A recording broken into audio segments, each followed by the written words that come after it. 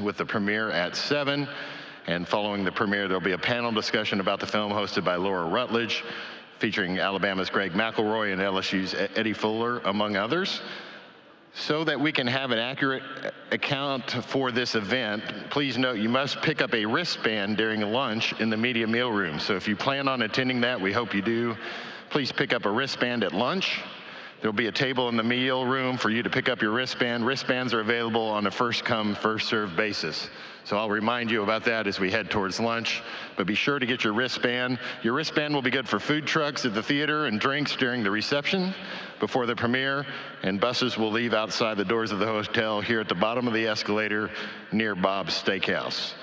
Buses will run between 5:45 and will run continuously to and from the Texas Theater until 9:15. So we hope you'll join us tonight at Texas Theater for a very special movie premiere.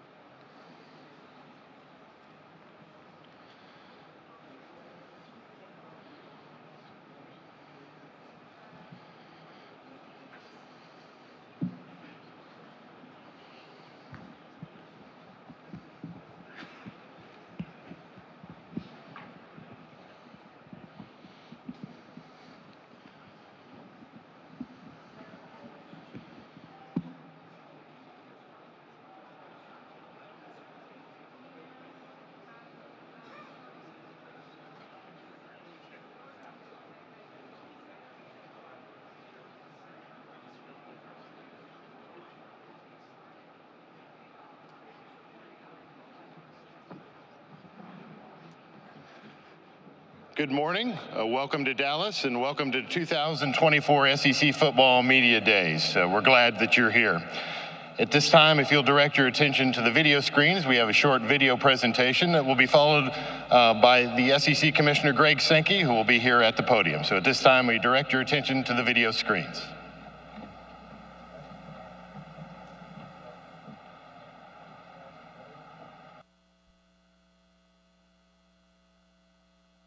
to the count of running hard at the 25, gets away from it, Greg, still runs at 25. Batting rolling, batting looks, he throws to the end zone. Touchdown! One, Lindsay, 25, 20, 10, 5, Lindsay shot, Lindsay shot.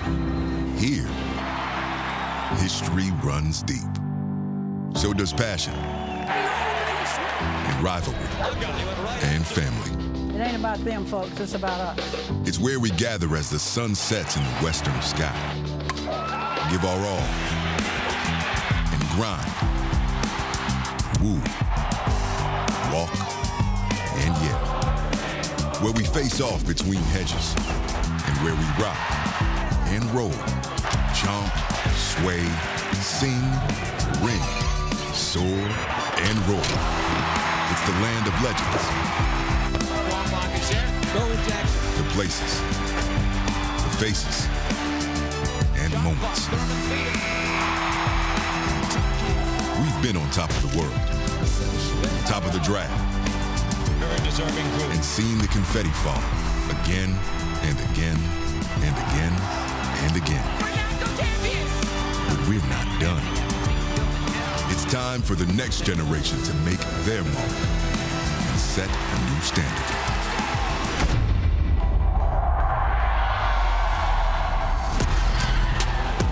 Let's welcome more championship swagger, more colors, more fight, and more boom. It's time to march into more hostile territory, usher in more coaching royalty, and witness more things that make you go, it's time to update from 14 deep to 16 strong, and upgrade your expectations for what college athletics can be. It's a whole new ball game in the SEC, and now, more than ever before, it just means more.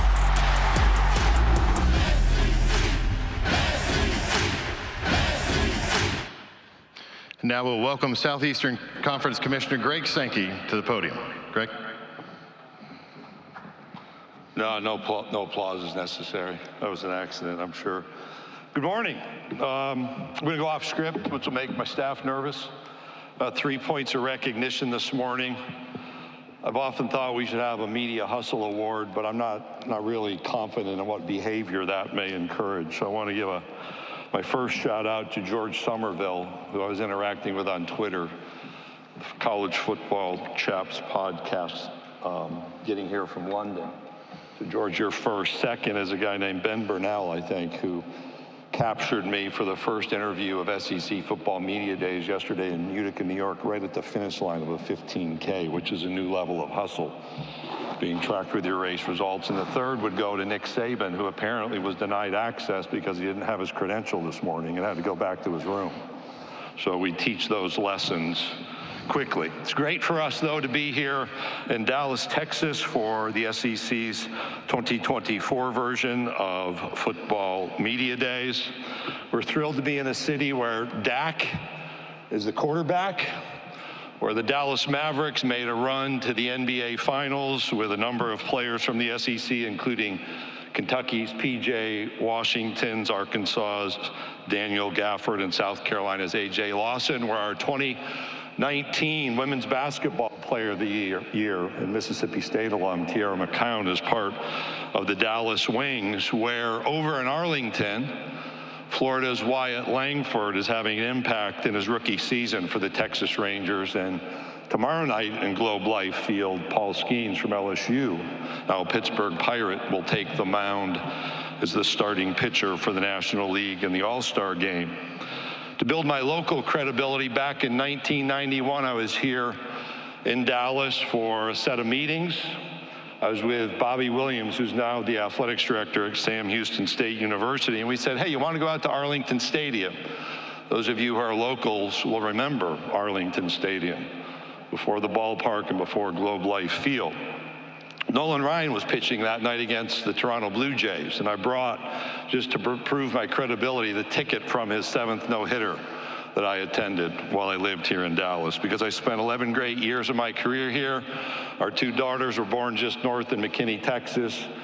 I occupied offices along North Central Expressway when I worked for the Southland Conference, and it's great to be back in Texas representing the 16 universities of the Southeastern Conference and following a video that began with words like Billy Cannon running, Manning rolling, Manning looking. It was Archie Manning back in 1969 in Legion Field on a game, the first televised Saturday night game we had on ABC. It's Larry Munson yelling for Lindsey Scott. It's a statement that here, history runs deep. And then you saw Pat, as in Pat Summitt, and Perry, as in Perry Wallace, and Goose Givens shooting over Duke in the 1978 Final Four. And you heard three words: passion, rivalry, family. You saw confettis, you saw trophies, you saw champions, you saw celebrations, you saw a quarterback leading the marching band, and you saw Olympic medalists after Olympic medalists. That's the imagery to which we're accustomed in the SEC. And then you saw something new. You saw Bevo, and you saw the Sooner Schooner. And you heard from 14 deep to 16 strong. 16 is our today, and 16 is our tomorrow. Those 16 universities represent a currently enrolled student body of right at 500,000, a global network of 5 million living alums and former students, direct local economic and state impact exceeding $100 billion annually, a number that will continue to grow. And the innovative nature of these universities has caused us in the Southeastern Conference, through the collective campus work, to be the first collegiate athletic conference to convene an artificial intelligence consortium that's already creating research and collaboration and programming partnerships, including a faculty education program about how you manage artificial intelligence in the university learning environment. We've already engaged over 1,000 of our faculty in education around that important topic, a new topic, an emerging topic in which we intend to lead as campuses. We also gather Thursday here at Football Media Days to hear from a panel labeled Artificial Intelligence in Sports panel that takes place, and I encourage you to join in that opportunity. And staying in the technology sector with the changes taking place in college football, I'm pleased to acknowledge that as we explore new ways to use technology in our competitive experience and competitive experiences and to advance the sport of football, we're proud to work with Apple to introduce iPads for sideline use during the upcoming football season to elevate the performance of our student athletes. You know, the college football rule change that's gone into effect this fall permits teams to use this video resource, and the large multi-touch display of an iPad combined with its amazing performance and incredible portability, I know has benefited me on a daily basis, and it makes it the ideal solution for our coaches and student athletes to use in-game video efficiently. The now 16 athletic programs in the SEC last year earned 11 total national championships. The SEC is the only conference to participate in every one of the 4-team college football playoffs. For the 18th consecutive year, we led all leagues with the most NFL players drafted at 59. We're excited about this year's College Football Hall of Fame inductees that include Kentucky's Tim Couch, Arkansas's Dan Hampton, Alabama's Antonio Langham, and Texas A&M's Kevin Smith. And we're pleased to celebrate with new member, University of Oklahoma, the induction of Dewey Selman, who's both an Oklahoma legend and the father of Mississippi State University Athletic Director Zach Selman.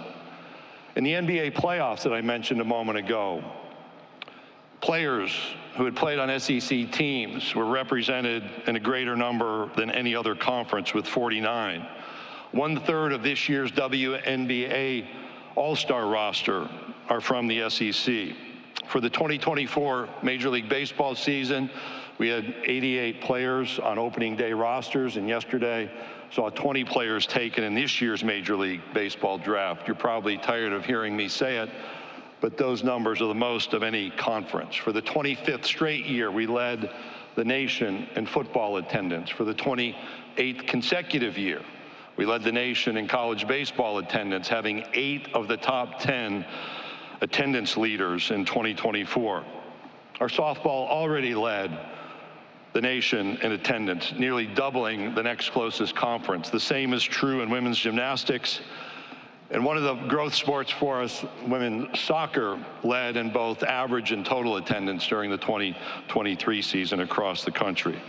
We're also proud to have finished yet again with another SEC versus SEC College World Series championship final this year. It was Tennessee and Texas A&M, the 6th overall SEC versus SEC baseball final, the 3rd in the past 4 years, but if you adjust our membership, and remember it was Oklahoma and Ole Miss a few years ago, SEC teams have been consistently filling the national championship series. There's a total of 21 times across all sports where a national championship, like women's tennis this year between Georgia and Texas A&M, involved 2 SEC teams. When we look ahead to the Paris Olympic Games, there are a total of 270 Olympians with SEC ties. 85 will populate the Team USA roster. 42 of those U.S. Olympians are returning Olympic competitors, and 43 will be first-time Olympians. And we will have every one of our 16 universities represented on the U.S. Olympic roster. And that roster in U.S. track and field includes 35% of that roster being comprised of representatives from SEC universities. In swimming and diving, it's 37% of that roster. And we will have representatives on all 4 of the U.S. Olympic basketball teams, the men's basketball 5-on-5 team, the women's basketball 5-on-5 team, and the same in both the men's and women's 3-on-3 teams. But let's go back for a moment to our opening video. And while I'd rather talk about all-stars and champions and Olympians, I want to focus on some words you probably missed. We said in that video that was used to celebrate the additions of Oklahoma and Texas as new members just a few weeks ago, that it's time to update. It's time to update your expectations for what college athletics can be. And many of you have written or opined about this being a unique time for college athletics. Time for movement, obviously, and a time of change. And we as leaders are responsible for navigating what really are, for us in college sports, uncharted waters of change. And we're doing so at a time when the pressures to recruit, to win, to draw people in are just as high as they've ever been. But we've added a set of external factors: the litigation that presses in, state-level legislation, conversations with Congress, and the emergence of the next great idea that is sold or pitched as something that will quickly and fully resolve the issues currently faced in college sports. But the reality is, there is no easy button we can just go push to resolve the issues we face. And there's no magic pill. And any time you go through a reset, it is difficult. This past Saturday evening, we were reminded of the stress and divisiveness that's present in our nation, well beyond any playing field. We know that elections are fundamental in these United States of America, and none of us are expected to all agree on how votes should be cast. In fact, probably most of us try to avoid those conversations at family gatherings.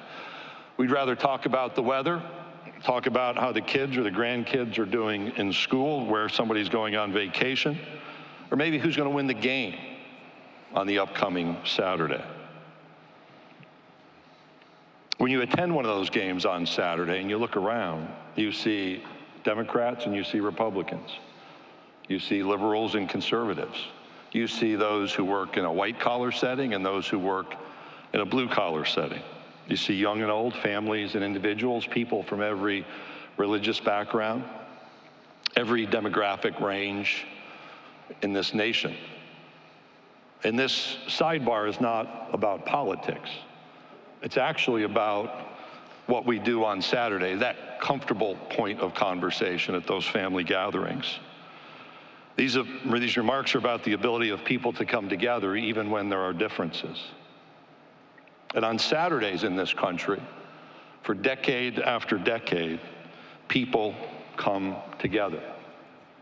We actually need more of what we do in college sports. And in college sports, and in college football in particular, we know, what, there's an opponent on the field, and spread across a stadium, there's apparel from the opposing teams, one dominant, one in the minority. But in those stadiums, I've stood with sometimes 100,000 or more to sing the national anthem, sometimes thinking that the entire stadium is actually participating. I've joined in those stadiums as you watch maybe a Chinook helicopter fly over, a B-2 bomber, or an F-22, just amazed. And then celebrated a little bit later in the game when during a break we stop and we bring the flight crew onto the field and celebrate them for their service. I've heard the absolute silence in a crowd of thousands of people revved up and ready to go, who stand for a moment to honor someone we've lost. We actually need more of those unifying moments in this country, and that's why I say again, we need more of what college football does in this nation, not less. We need more of what college sports does, because that unity I talked about and those variances that exist within a crowd aren't just in a football stadium. You see them at baseball games and basketball games and along all of those sports that I cited just a moment ago. In fact, if you drove in on a morning to Hoover, Alabama, to our baseball tournament, you would see tents pitched with university logos and colors of a particular fan base. And it's not long before somebody else starts to trickle in. And I can recall this year seeing a South Carolina tent pitched right as I drove in, and underneath there are Vanderbilt fans and Tennessee fans gathered having a conversation. They're actually smiling despite being dressed differently. Under an Auburn tent, Florida fans and Georgia fans gather for those same conversations. That's the reality that we need and the lessons that we can learn through college sports. We need more of those unifying moments. And again, I'll say we need more of what college football and college sports does and can do, because we're at a time filled with uncertainty. And that exists in our culture in a big picture, and it exists in college sports. On May 23rd, the plaintiffs, in a set of lawsuits along with the NCAA, the ACC, the Big Ten, Big 12, SEC, and Pac-12 announced agreement on terms of a settlement related to a set of lawsuits. And while that agreement does not resolve every issue and it is not a finish line, it does provide an opportunity for us to move forward in modernizing important elements of college sports. There's a lot of work still to be done. There's work to finalize the full terms of a settlement agreement. Beyond just terms is the hard work of implementing the outcome of that agreement. We are literally working to make what would normally be a decade's worth of change in a matter of months. We're not in a world either where we're allowed to focus on just one issue or even one small set of issues at any particular time. As you know, there are other lawsuits. We have state attorneys general that have engaged in lawsuits against the NCAA. We have state legislatures continuing to enact or change laws that govern how we conduct college athletics. There are outside ideas that come from those apparently associated with private equity firms, professional leagues, search firms, former executives from leading media companies who want to insert their thinking. We have new wave entrepreneurs who want to be in on the so-called the so-called front end of a new paradigm for college athletics. But it's our leadership responsibility to figure this out. And in a moment, I'm going to repeat some things I've repeated in past years. And you could rightly, potentially say, well, there he goes again. But you know what? Change doesn't happen in an instant. And we're dealing with an incredibly complex set of issues that when I sit down with some of those leaders in the areas that I mentioned, and I describe the various challenges we face, it is universal. Whether it's a professional league commissioner, a member of Congress, a high-level attorney, at some point they'll look at me and say, that's the most complicated situation I've ever heard. That's why there's no easy button. But we have the responsibility on our university campuses to constantly be evaluating and exploring the best partnerships and innovations that protect the collective interests of our universities while also tackling new legal and political realities.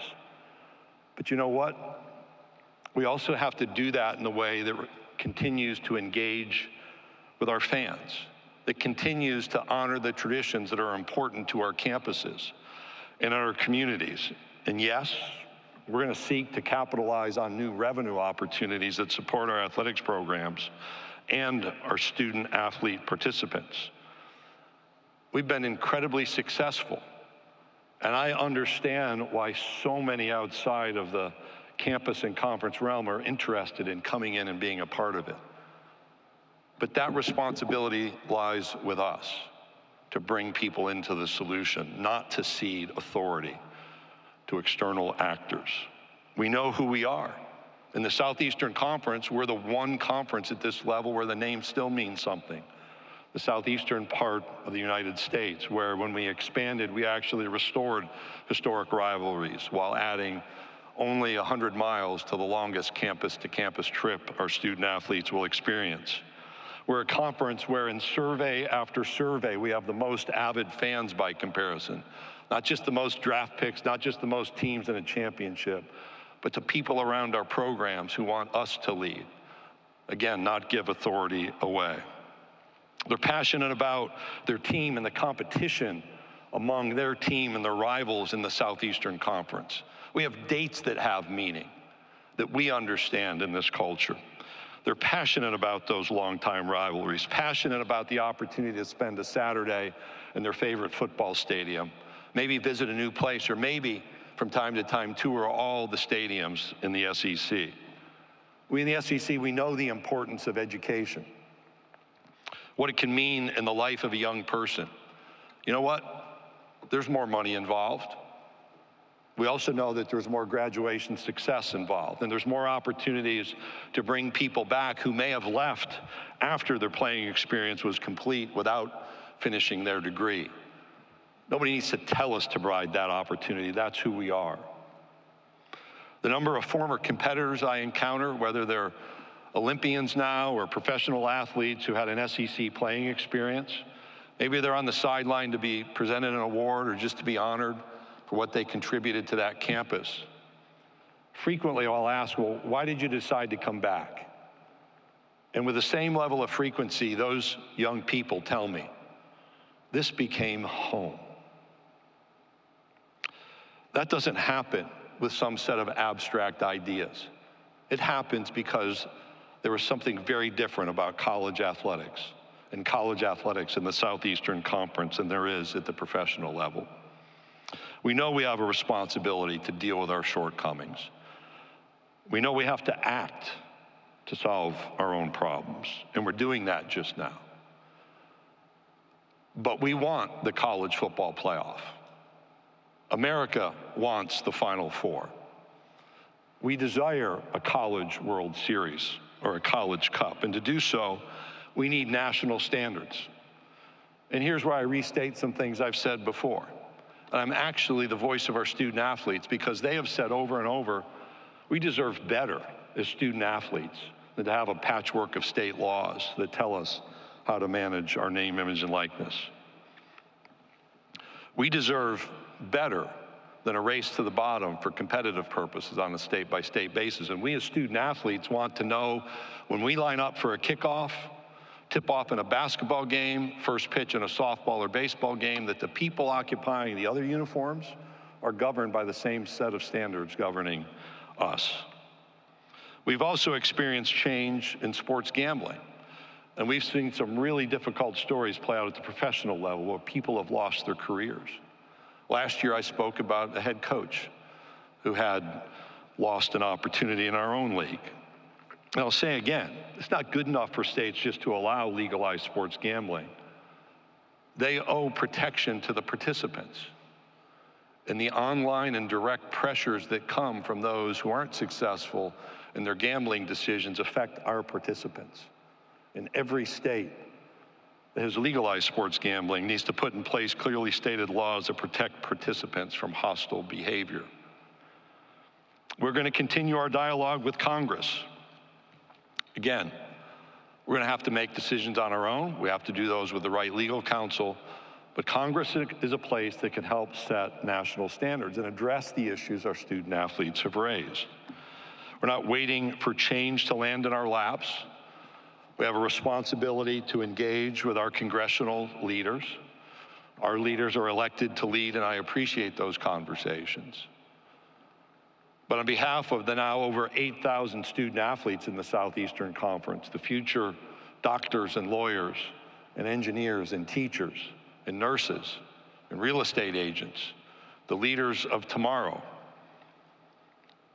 my ask again is that Congress continue not only to engage in conversation, but help with us resolve some of these outstanding issues and restore clear national standards for college athletics. I told you earlier it's good to be in Dallas. I hope you have 4 great days. I'm going to shift from the heavy to just acknowledge a few things. First, thanks to our SEC staff. You have no idea. You don't just show up and make this work. We're a great group of volunteers that want to make sure you have a successful and productive 4 days, so please ask if we can be of help.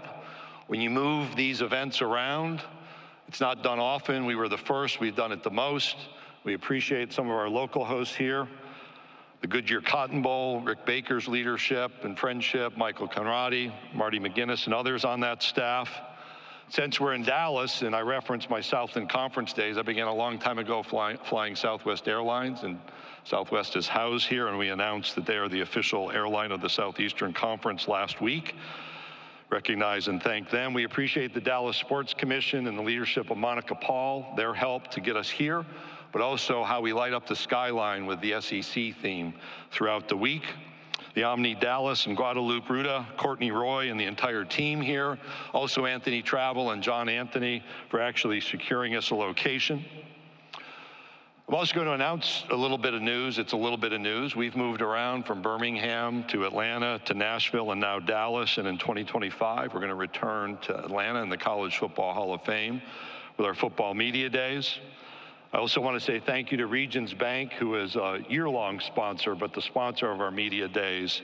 They also played a key role in something called SEC Startup. I promise you, I'm almost at the end, so I'll catch you on this one.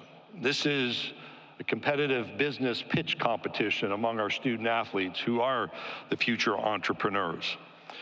They make a presentation and a pitch competition with their business concepts presented and reviewed by a panel of judges. It will be shown on a program tonight on the SEC Network at 7 Eastern, SEC Startups Debut. It includes student athlete entrepreneurs from Auburn, Florida, Missouri, and Oklahoma, 7 p.m. Eastern Time on the SEC Network. We're about to jump into questions. I'm going to go back and say there's a lot that's happening. There's a lot that could cause us to say, wow, where's the hope in this? Where's the finish line? I actually sometimes think finish lines are too much of a focus because we have to look to the future. And as much as there may be that's viewed as problematic, those successes I mentioned just scratch the surface. We haven't told a lot of individual stories, but they're there. And I'm optimistic about our future because I get to spend time with the leaders in the Southeastern Conference, the leaders today and the young people who will be leaders tomorrow, which is why through all of this change, I'm convinced our best days are still ahead. So thank you for being here. If you're in Dallas and Kevin Trainer's here, you know it's a big event. And so Kevin is going to help guide us through our question and answer period. Thank you, Commissioner. If you do have a question, please raise your hand. We do ask that you give your name and affiliation before asking your question. I have Grant, Dylan, and Dinah who will get us a microphone. Commissioner, we're going to start over here to our left, about midway back. I guess we should have written them on a card and I could have called on you, but we're a little bit more open, so here you go. This works. Thanks, Greg. Matt Houston, WFAA. Can you expand on why we're in Dallas today and what makes the communities along the I-35 corridor from Austin to Norman a cultural fit for the SEC? A few things. One, we actually made an effort to move here in 2018 with Media Days, thought that Dallas might be the right first place. We have an incredible alumni population in the Metroplex, and we did some research on that back to 2018. I didn't have to go back and conduct that research. Again, it's one of the most accessible cities in the country.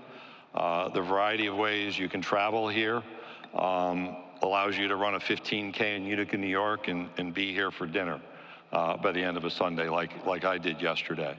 Our move in 2018 was a recognition that we had moved west with Missouri and Texas A&M, with the border states in Arkansas and Louisiana with LSU, made it sense not just to be at one. If we're going to be at more than one location, how do you touch the perimeters? We had a basketball tournament in St. Louis, Missouri, back in 2018, if I have my dates right, and so we were used to that movement. We've had 3 years to prepare for expansion, which is, I think, a record long time. And as we went through the expansion, that made Western events more and more important for us. And we pretty quickly decided to move Media Days. We looked at Houston, looked at Dallas, were the two that were our biggest focus. Here, the transition from Norman, to Columbia, Missouri, Fayetteville, Arkansas, College Station, Austin, Texas, that movement's really easy. And we are a big part of Texas. Texas is a big part of us now. I've always seen coaches traveling here during my own travel. We've had a bowl game affiliation here for a long, long time, and all of those relationships combined to make it the right move for us. And I encourage you to have fun fitting that into a small soundbite. Commissioner will go right in front of us in the middle aisle. Hey, Greg. Connor O'Gara, Saturday Down South. I know there's been probably a lot more important things with college athletics, but I was curious if there's a plan for an SEC tiebreaker system now that there's no divisions to be able to settle an SEC championship. Yes, in fact, we had our athletics directors on a video conference Thursday where we provided an update. It is a lengthy plan, consolidated around, I think, 8 principles. We go back to our athletics directors at their next video conference. It's about 2 weeks away. We can finalize that anytime between now and the start of the season. We have an annual in-person meeting where any of the little pieces that have been identified for review can be refined and finalized. So absolutely. Commissioner, we'll go over to your right, Dennis along the aisle. Greg, Dennis Dodd, CBS Sports. Certainly the House settlement as proposed for the next 10 years limits some legal liability. But USA Today recently reported in the last 10 years, the NCAA has incurred $433 million in legal expenses alone. Anybody can sue anybody for anything, but how do you lower the temperature on that? Part of the current settlement effort is to resolve, to the extent we can resolve as much as possible, to do just that. We're not alone in college athletics at being pursued from a litigation front. You saw what happened in the NFL Sunday ticket decision. You look at Major League Soccer, just doing research on Law 360. You can see the existing open lawsuits there. We clearly have had to think differently, and you can see that happening as decisions are made on policy. An element of the question is how much authority can be managed at a national level through the NCAA. That's clearly what's under full scrutiny. What can be managed at the conference level? If it's less nationally, how do you actually have Final Fours in college football playoffs if everybody's to have a different set of rules? I also would observe that when you look at litigation that exists at the professional level, it's not an indication that that model solves all litigation threats. The simple observation is we live in a litigious society, and we have to continue to make wise decisions informed by legal counsel, and be prepared to defend those decisions that are made. Lastly, we're dealing with historic change. And again, people have written over time they should have changed sooner. The reality is, whether you take that opinion or not, the change is happening now. Okay, we'll go all the way in the far back left. Hey, Greg. Bruce Marshall from WHBQ in Memphis. Maybe I should get this to Jim Phillips at the ACC next week. But how closely are you following Florida State and Clemson's challenge to the ACC deal? And if they succeed, what sort of ramifications do you see for the entire college sports landscape? Could you repeat that real question? We had you breaking up for just a bit. Hold up a little. Yeah, I think I got Okay. it. So the question is, how closely do I monitor what's happening in the ACC? Yes, yes. And then what are the implications? I pay attention. As I said, we're focused on our 16. I've said before at media days, I'm not a recruiter.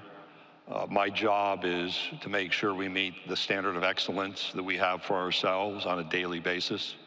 That attracts interest. It's done that with the 2 universities that we've added this year.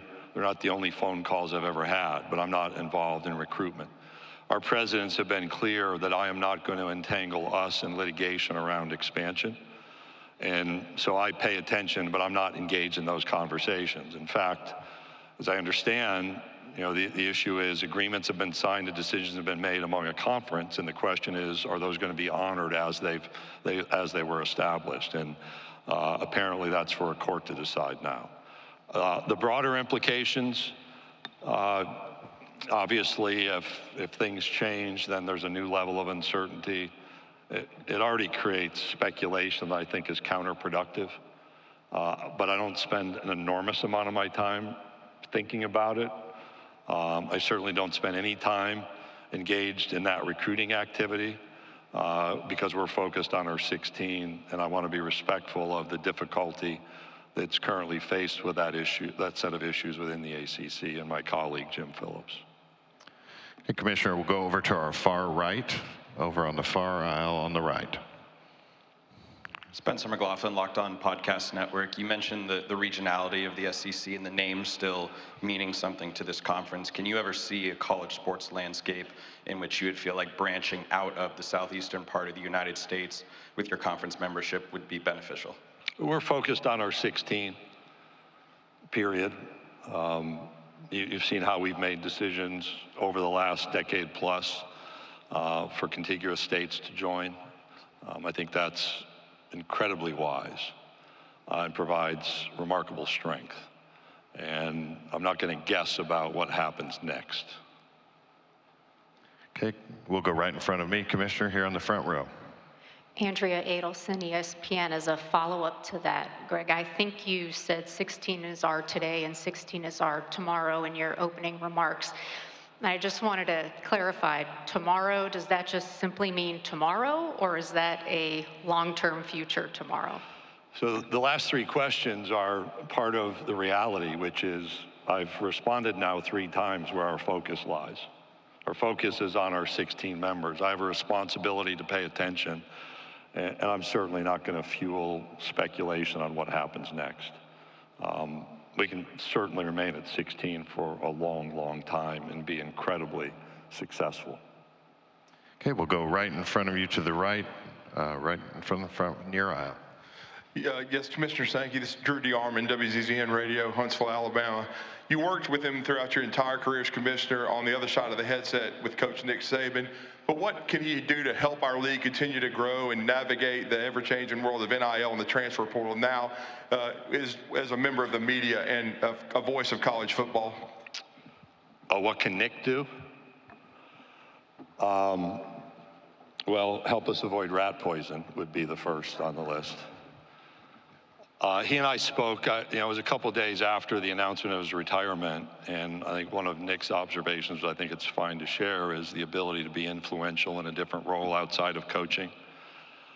He and I probably dealt with, well, you're doing this because Nick thinks it's competitively favorable. One of the things I found over time is Nick, in many ways, uniquely thought ahead on issues, provided really deep and clear insight. And he and I have had any number of conversations over, this is my 10th year as commissioner, but I've been in the SEC for 23 years, and but for the 2 years he was with the Dolphins, we're in conversation throughout those couple of decades. So I think he can bring that clarity. I think he can bring an understanding that even I don't have dealing with these issues on the front lines as a head football coach. And I know he brings a love of the game overall to an analysis. And so I have seen him engage in conversations already in a big picture problem solving way, and I hope that will continue. And he can evaluate my performance, since he's sitting in the room listening, my performance in answering that question. Commissioner, go right in front of me, 3 rows back, Barry. Barry Trammell, Tulsa World. Greg, you clearly knew a lot about Oklahoma and Texas 3 years ago when they agreed to come into the league. Learned a lot about them since then. What did you learn about them with your 2 visits to Norman and Austin in the last couple of weeks? So the Austin visit was June 30th. The first on my priority list is don't be the last speaker between a crowd of thousands and Pitbull's performance. So that was a non-advantageous position, and we won't let that happen again. In both places, you saw the passion for their programs play out, and then in individual interactions while I walked around campus, either running on Sunday morning in Austin or Monday morning in Norman with a logo on and people doing a double take. It was fun to see in those communities displays of the SEC logo. At a leadership level, to have deep conversation about what the decision means for each campus, and me talking about what it means for the conference. I learned more about drone shows than I thought I would know, given the performances at both places. And I learned that both clearly meet what one of our athletics directors called the "it just means more" test. So that avid fan base that I spoke of earlier, that is in backward-looking surveys, both Oklahoma and Texas bring that same type of avid fan base to a set of peer universities and peer athletic programs. I also learned it's hot in a tuxedo in Norman, Oklahoma on a football field late at night in July. Okay, we'll go back in the center section, same area. It's right behind you. Kirk? Kirk Bowles from the Houston Chronicle. Texas liked to think it ran things in the Big 12. I was curious what you would state as far as your expectation of Texas' influence and impact on the playing fields and in the boardroom. I actually think I just answered that to Barry, that both are now part of a conference with peer athletic programs and peer universities.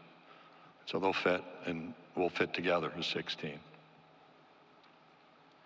Okay, we'll go over here to our right. Commissioner, over on the right-hand side. Yeah.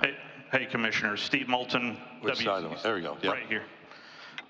WZZN in Huntsville. I heard you in Destin mention that there's no better time to be a college athlete than right now. But I do wonder, from talking to college athletes, what are their biggest concerns or issues that you hear from the players themselves? What are the biggest issues? So I walked through some of them. One, that they dislike this notion of every state having a different set of rules around how name, image, and likeness is conducted. They dislike lining up in contests and not having an understanding that those on the other side are held to the same standards. Whether you want to believe it or not, they're not looking to be employees, and we've had pretty free-flowing conversations with them about what that may mean on what's perceived as a positive side and maybe the more problematic side. One of my really great conversations, Henry Coleman III, who plays basketball at Texas A&M, right after we announced expansion, Henry was on our men's basketball leadership council call and asked, when are they going to join? And I said, is that because you don't want to play your in-state rival, or you do? And he said, I want to play them as soon as I can. Our student athletes want great competition. They want the excitement of our stadiums and our arenas. They want to be against the highest level of competition. My reference to baseball is not accidental. I think the improvement of our baseball is in part about how our programs have positioned themselves, invested in facilities to attract coaching talent, and that attracts talented players who want to line up and compete against each other. Those are quick elements. They want to know that they're going to be supported. If they're injured, they want to be cared for. They want to know that they have mental wellness care and support available. They tell us that mental wellness area, they want us to eliminate any barriers or perceived roadblocks, them accessing that might be viewed as problematic. So maybe some distance from their coaching staff just so they can have a safe space when it's needed. And they want to play for a championship in a meaningful way. Okay, Commissioner, we'll take one final question over to our left here on the near aisle. Ralph's been diligent, so I'm going to call an audible too, to my right after. So two, Kevin. Good morning, Commissioner. You talked repeatedly this morning about being focused on your 16. Can you talk about the impact that Texas and Oklahoma are going to have on league revenues and what your outlook is for the current TV contracts and what they can expect as far as bringing in more money? Well, we don't parse out our money because we just add to. Our revenue is generated by 16. And clearly the revenue happens at a couple different ways. One is at a national level. So competitively, there are opportunities, whether it's the college football playoff, NCAA tournament revenues that are available. With more, you have more mouths to feed, but more opportunities to access those types of postseason revenue, the same with bowl games. You have conference revenues, so we have media contracts that can be adjusted. We have a network that draws eyeballs in on a national basis. All 16 of our schools combined to create that interest. And then at the local level, their positioning of their programs, whether it's football, basketball, gymnastics, baseball, soccer, how do they draw people in? How do they monetize that interest? All of those are, if you will, seamless across all 16 of our universities. And certainly when you add the history of both of those football programs, it creates interest. There's one place on the globe this fall where there'll be an F1 race in a college football game at the highest level, and that's in Austin, Texas. That's going to be an incredibly high demand ticket. You think about Texas playing at Texas A&M, the interest in that game. But I shared when Kentucky first visited College Station for football, they brought 10 to 12,000 fans because that's what we do together. That's why I don't break things out into just two. It's about 16 working together really well. I'm going to call on Ralph. Okay. I know your power, Mr. Moderator, but Ralph Russo from AP. Thanks. A New York Mets fan, but other than that, he's generally okay. Thanks, Greg. I appreciate that, and thank you, Kevin.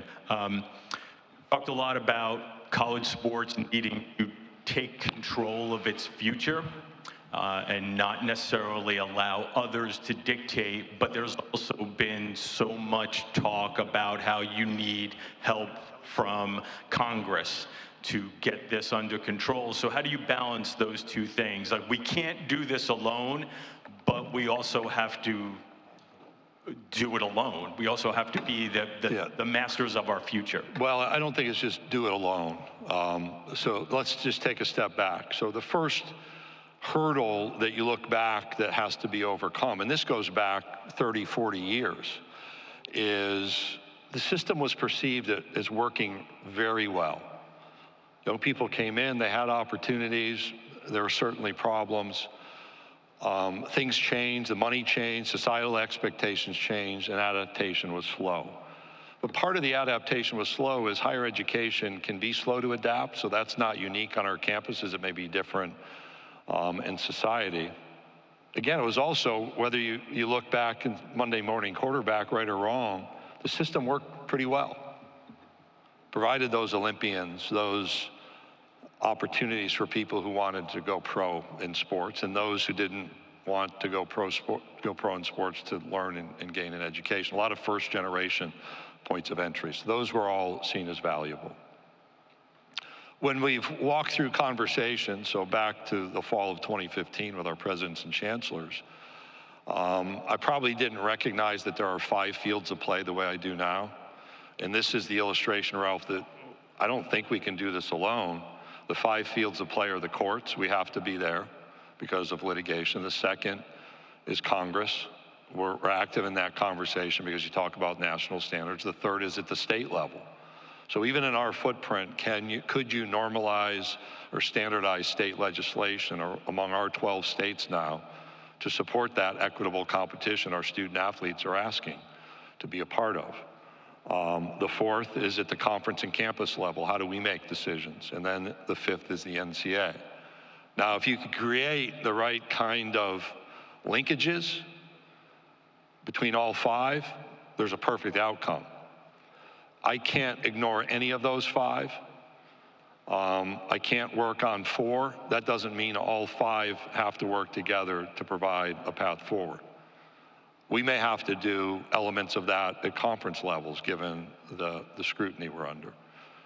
But it would certainly be a much more healthy conversation if that could happen consistently at a national level. I hope that's responsive and illustrates both the why did it take so long. That's a little bit of our history in higher education. It was perceived as working well, plenty of criticism that it didn't. We've clearly adapted.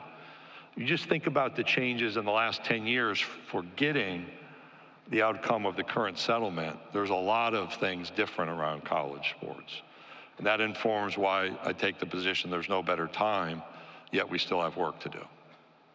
Thank you again for being here. Look forward, I think, to most of our conversations through the rest of the week. If our staff can be of help, or if I can be of help to the extent my time permits, I look forward to engaging in conversation. I'll be back shortly to introduce our first head football coach of the day.